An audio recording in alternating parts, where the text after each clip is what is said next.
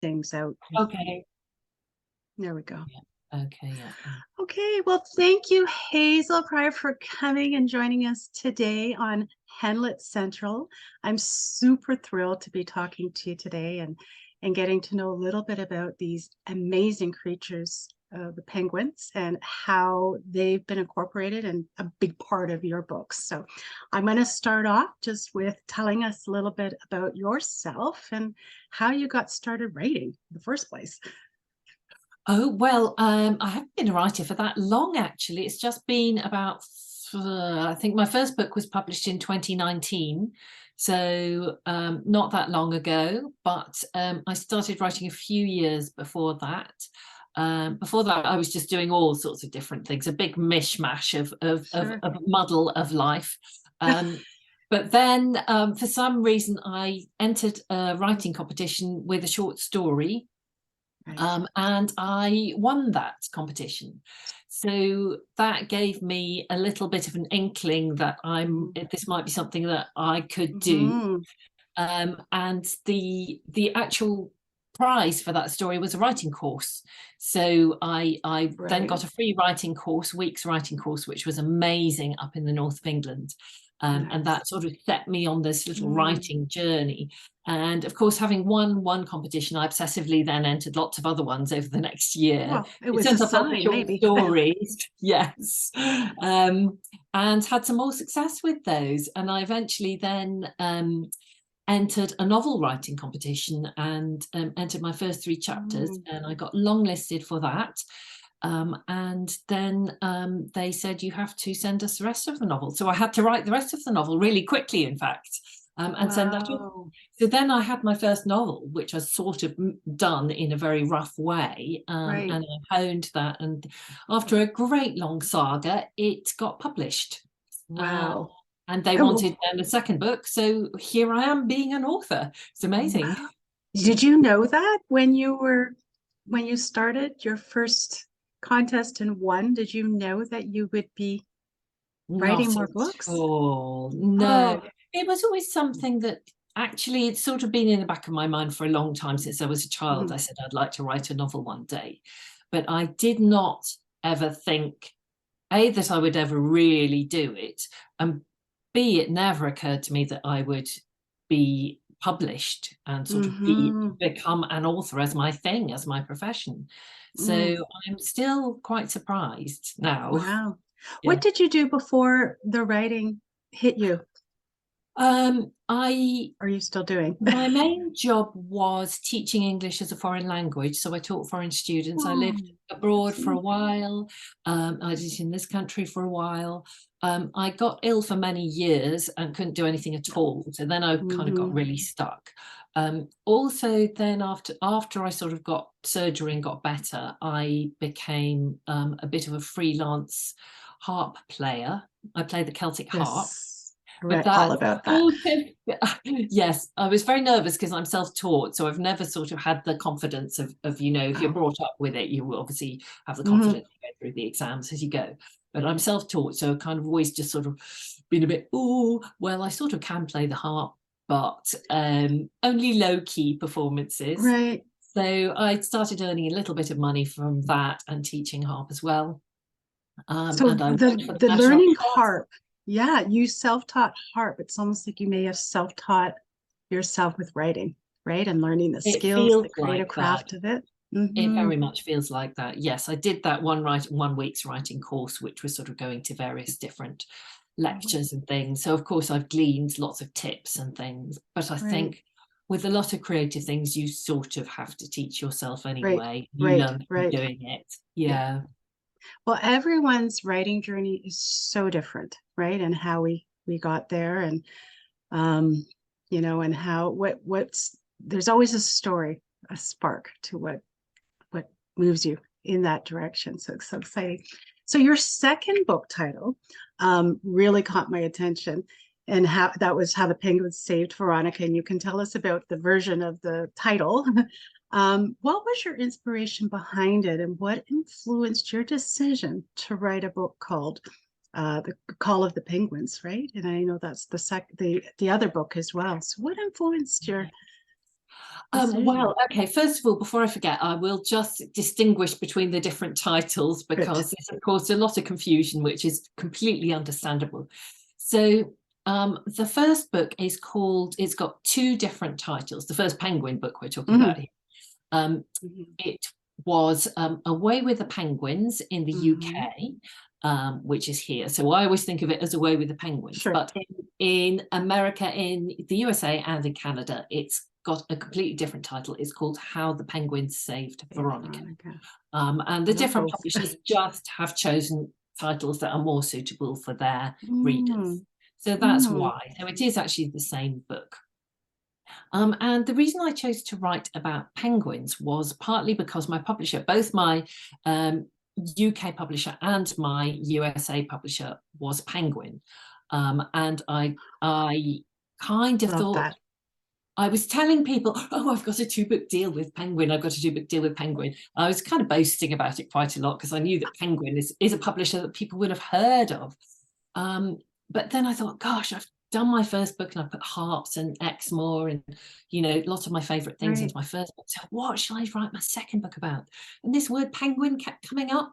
And I just thought, I wonder if Oh, there's any books for grown-ups that are written about penguins. I know there's children's books written about penguins, right. but I know that Brilliant. adults really like penguins as well.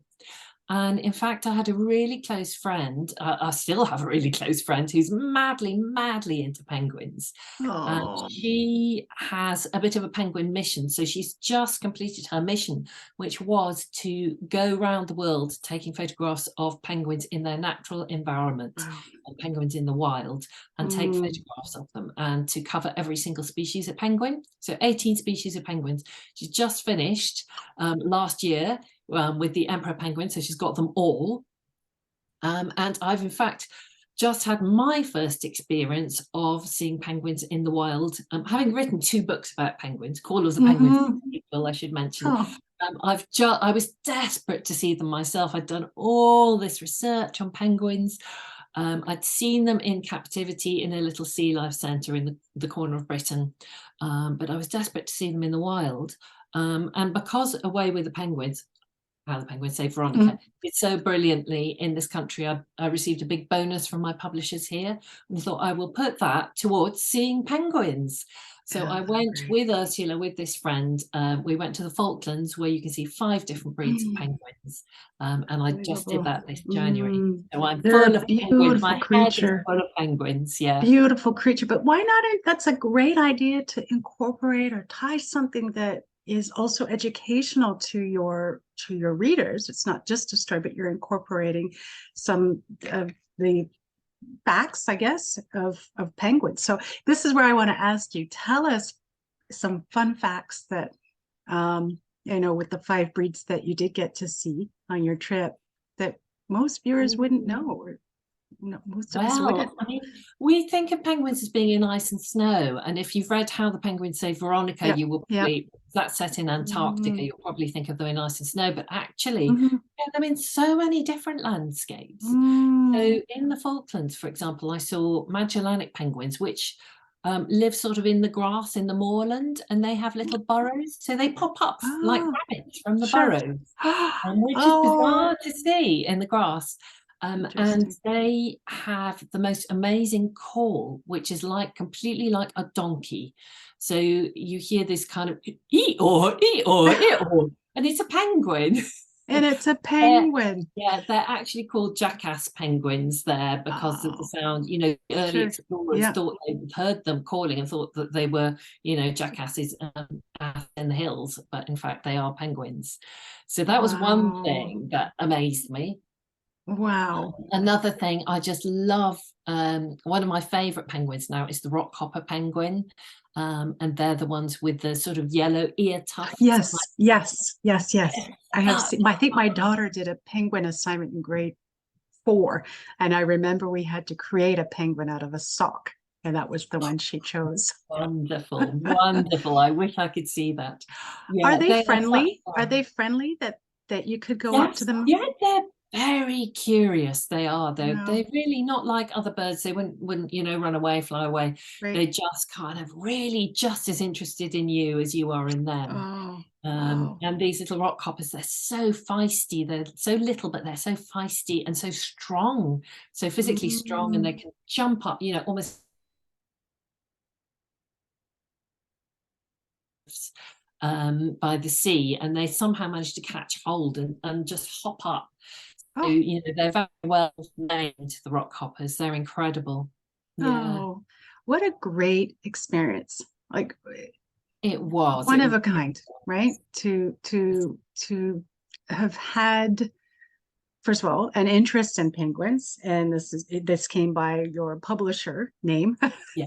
and then Yes. incorporating it, and then actually going on a trip. I know we were speaking before, and you were just leaving to go and be with the penguins. So, but what a great thing. So this brings me to you. I know you have a penguin blog, is it? And what kind of posts do you write, and how involved are your fans? Are they asking questions about the penguins? And you've probably got some penguin lover organizations that want to learn more as well and be part of that. Yes, I mean, penguin lovers just seem to link up. So through social media, and people see something about penguins, they'll immediately copy me and say, "Have you seen this, Hazel?" Which is lovely.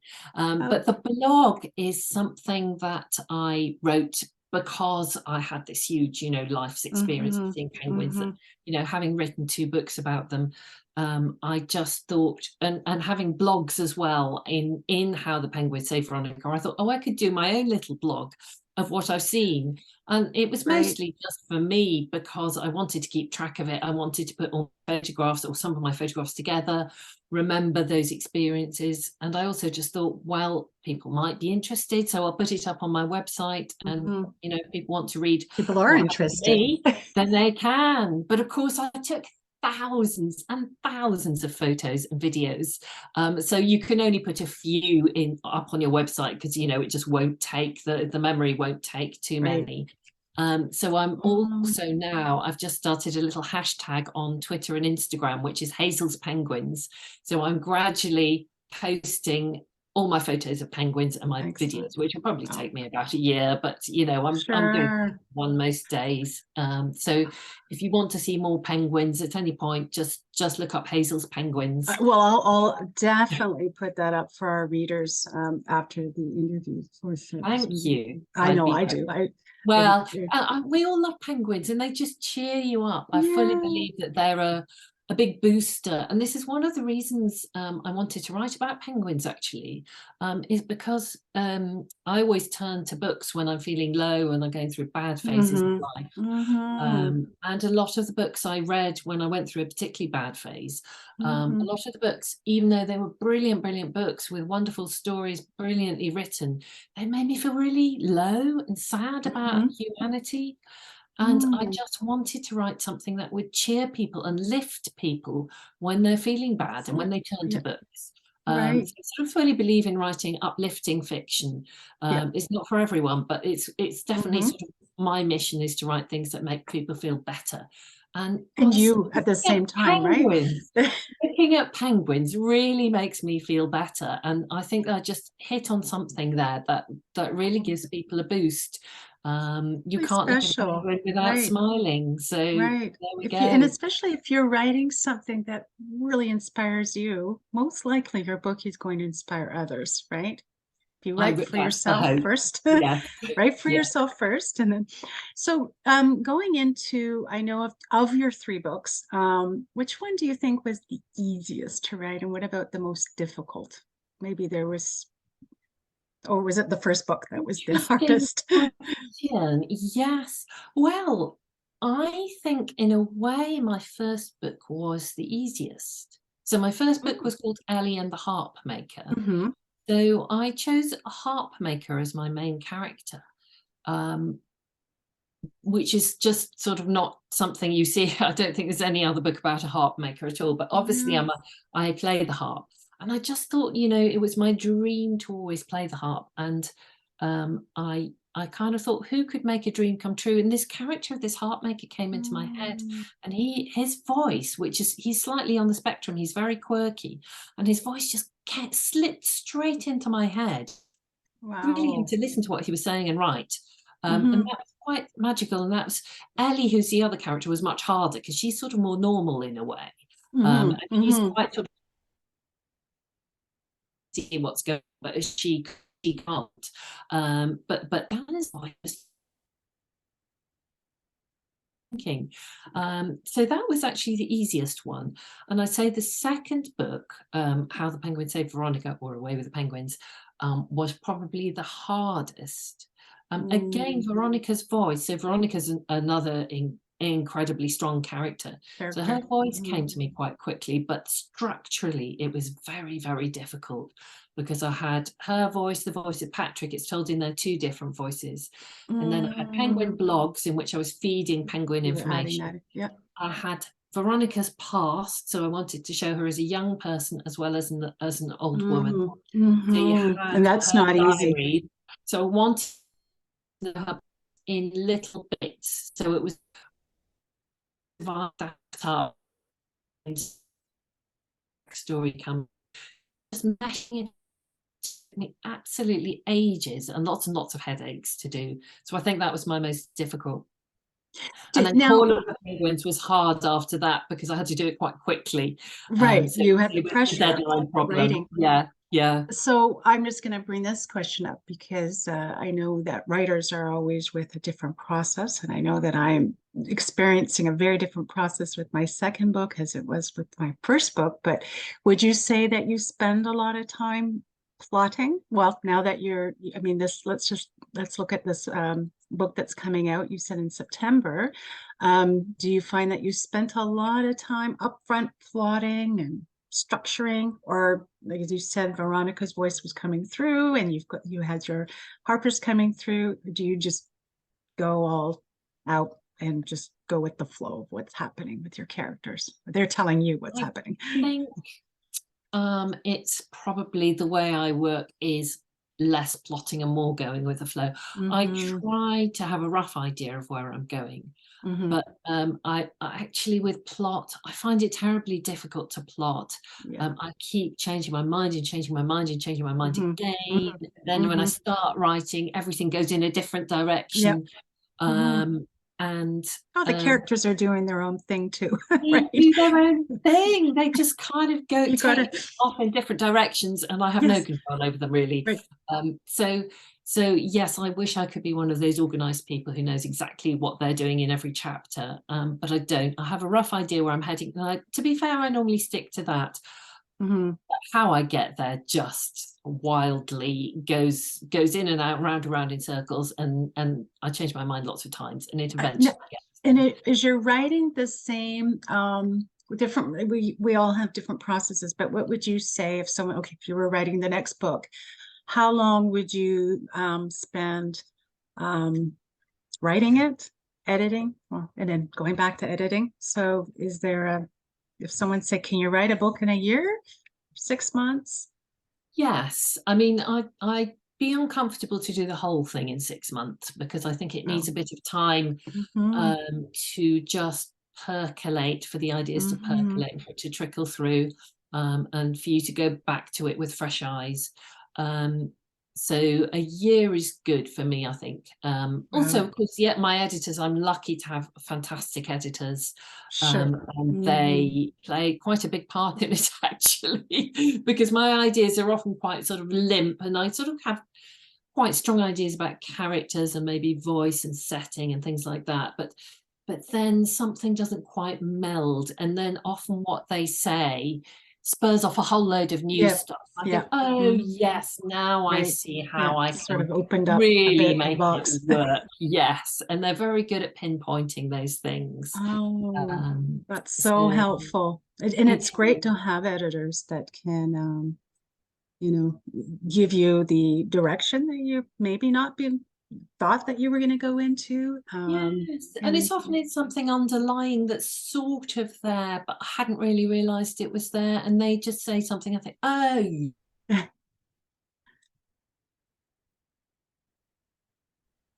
I think you've frozen. Oh no, we're back. Yeah, yeah. My internet's a little unstable right at the moment. We've got a big rain cloud coming in, so It's we've raining had here almost eight too. hours of rain. Oh, So, I've just had a message saying that your internet is unstable, so yes, yes. So we it's might keep mine. freezing. Good luck with the Um, editing. We're just talking about editing. yes, right. So I'll be editing that part You out. will. Yeah. So yeah, and that's great that you've got supportive publishers and editors on your side as well. I think that's so important as a writer as well, as to have that support system and cheerleaders at the same time, and to help keep you focused, especially deadlines. Deadlines are really an important part of us having accountability, because if we didn't have a deadline, we Yes, might we do choose to do need other them. things. We need They're the sort of deadlines. horrible, but we do need them. Yes. Yeah. So I wanted to bring this up. Book clubs. Book clubs are expanding, and Yeah. especially now online. And we used to, everybody was back in the days, you'd have your neighbors or your friends that you would drive over with once a week, twice a month, to talk about a book. But now things have really opened up, and I think that that's one thing about the pandemic, is that we can meet like this online. Who would have known? And now Yeah. book clubs are becoming so popular, and I think it's so amazing to be bringing women or readers in general, men and women from various corners of the world, and coming together to talk about a book.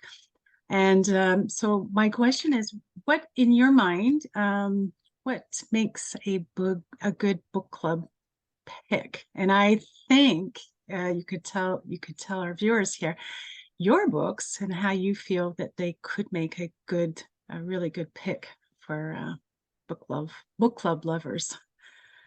Yes, I'm a big fan of book clubs, and I think that if people ask me what genre I write in, I normally say book club, in fact, Good. because they don't Yes. fit into any other genre, I Yeah. don't think. But Yeah. most people see them as book club and know what I mean if I say book club. Right.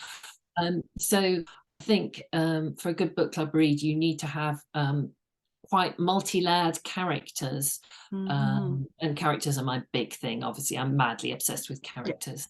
Mm-hmm. So people need to be able to discuss the people in the book, the characters, and what makes them the way they are, what makes them make the decisions that they make, because Mm-hmm. I think book club books are nearly always character driven, and the decisions that they make create the plot, really. Mm-hmm. And so that's really Mm-hmm. important. So the whole psychology of it is something that you can just discuss and discuss and Right. discuss. Right. Right. Yeah. Um, Also, I'd say now we're sort of all meeting in different places from around the world. I'd say setting is quite important, and setting often feeds into the plot. It certainly does in my Mm-hmm. all my books. Setting is a very important aspect. And then, of course, you've got to have some sort of issue-y thing underneath. Yeah. It doesn't have Yeah. to be, preachy No. or very obvious, but there's got to be a few little things that make you think. And Some I think depth, right? And I think that, it's great advice for writers too, is, if writing in the women fiction genre, is to have an idea of whether or not this book could be geared towards a good book club pick, which will help, as you said, create the themes and maybe some issues that could be discussed to give the book more depth. Yeah, so it's something you could think about when you're writing. Although I have to say, I don't think, oh, I'm going to write about the theme of conservation, or I'm going to write Sure. about the theme of freedom, or whatever. It's something that happens very organically as I'm Yeah. writing. I follow the Yeah. characters, and then after I finish the book, I think, oh gosh, I was really writing about this and this and this issue, but I hadn't really realized while I was writing it. It wasn't a conscious decision. Right, right. So Yeah. do you have any favorite authors then that Oh, they're lots. in the Yeah. UK? Yeah, lots of names are flooding into my mind now. So um, I'm a fan of Nick Hornby, because I think he has a real sort of psychological wisdom, but also he deals with it lightly. You know, there's a real wit in his Mhm. way of sort of pointing out human foibles and things. I So I really love like that. his, yeah, I really like his stuff. Again, character driven things in from the past. I love Jane Austen because her Mm, character is so mm, fabulous, so real, mhm, so wise. There's an mhm, underlying wisdom mhm. there. A lot of More wisdom. contemporary ones, yeah, more contemporary ones. I'm trying to think who you would know, because obviously UK ones might be slightly different. Claire Yeah. Pooley, Yes. he's Yeah. got a lovely way of writing, brilliant characters. Again, very Yeah. uplifting stories of hope, which we all Hmm. need, I think, We more than all it. need. Yep. Yes, We don't so much need the happily ever after endings, but I think it's just if there is some theme in a book where it does provide hope, um, you know. absolutely. Yeah. Yes, I'm not into fluffy stories No. really. Hmm. I'm into stuff that, it can have some quite hard-hitting Relatable. stuff in there, Mhm. but just something the way you can grasp onto something that will maybe help you on in your own life, and give you a bit of a boost, I think is good. Yeah. Yes. No, Yeah, I like to absolutely. see characters who struggle through maybe With really their terrible things, flaws. We want to see problems, with flaws, their flawed flaws, characters. Yeah. but who Flaws get and all. through and come through it stronger in Mm-hmm. the end. I Mm-hmm. mean, that's Mm-hmm. Yeah. the And basic thing arc that I is so love. important when writing. You have to have some sort of a character arc, and writing that first chapter, what their goal or motivation or problem is. We want to see it solved at the end. Again, it doesn't have to be happily ever after and tied with a nice bow at the end, but there's got to be some hope for change. Okay, so Hazel, I'm going to end this with, to your loyal book fans and your Penguin Club organization fans, anything else in the pipeline? I know you've got this book you can tell us about that's coming out in September. And then do you have something else in the pipeline you want to share with us? Yes, I'm not sure how much I'm allowed to share, actually. Yeah. I tell you, the book that's coming out this year is called Life and Otter Miracles. So you can guess what Mm. animal is in there. I have Hmm. got another bit of a wildlife theme. And I thought, gosh, I've written 2 books about Love that. penguins. What could beat penguins? Mm. But I thought The otters are lovely actually otter. The really lovely otters. joyous as well. They are completely joyous Yep. and playful and just have Well, this teach us, right? amazing. And We can we've learn a lot I've from the fallen in otter. love with penguins, and if your books can center around otters too, why not have your books be a little bit educational as well, right? And look at the I, smile it brings to your face when you're talking about these creatures, right? So there's got I to be. do love them. Yes, I'm obviously Mhm. I'm very keen on wildlife, so that's Mhm. always going to be a big thing in my books. Right. Yeah. And I'm now just turning over ideas for my next book, which will be book 5. Oh boy. And I think that's going to be another wildlifey one. And there's going Good. to be some characters who you Good. already know. That's And all I say. with the yeah, that's with the Henlet theme too, and your characters are older too. They're not in their 20s, and I think that's Absolutely. important. The older protagonist that we've got Yeah. millions of readers, women readers who have passed the chick lit, the light books that sort of cater to what going on in their world, in the 20 something world, and we've got so much we can explore as older women, and Yeah. we've got the time to read Absolutely. I think it's wonderful what you're to doing spend there. on And books, there are so many of us who want to read right? about older characters, Yeah, not necessarily yeah. old characters, but older Mhm, characters, not mhm. just everyone in their Yeah, and 20s. not silly stories either. Yeah, We exactly. Yes. make And this them is one of real the as things well. that inspired me. It was penguins and then old people. So my heroine in Veronica is in her 80s Yeah, actually, yeah. in the book, And it although was you with see her her being younger as grandson too, well. right? Yeah, But I've been so inspired by older women who I've met who yeah, just made me think, my goodness, I want to write about an yeah. older person because they've got Good. all this history, they've got Yeah. all this stuff that Yeah, happened that's to right. them. We're They've seen the world wiser. changed so much. You know, Exactly. they have a lot to tell us. Yeah. Yeah, and we've got such an audience for that. So how can we best find you, Hazel? And you've got your website and you've got your blog, you've got your social media handles. And I know you're frozen, so hopefully I can get you back here. If not, I will put it at the end. But what's our best way to find you? So if you want to look at my website, that's hazelbooks.co.uk. And so you can read the Penguin blog there if you're interested in the Penguin blog, and there's a few things about my books, obviously. Mhm. I also have a harpist website if you want to listen to some harp playing. Oh, I'm going there right now. Yes. Oh, that's hazeltheharpist.co.uk. Books. Oh, did you get Oh, that? Free. No, do on that one more time. Twitter and on Instagram, I'm Okay. at Hazel Prior Books. Great. And I'll be following you and stalking you and seeing Oh, how things are going. Um, scary. yeah. Woo. No, I know it's Yeah, lovely. It's lovely. Yes. following you, of course. And yeah, We'll be we'll following each other. keep in Yes. And touch. I'll be following your writing journey too, as well. Yes, thank you You so much. just had a very exciting. Yeah.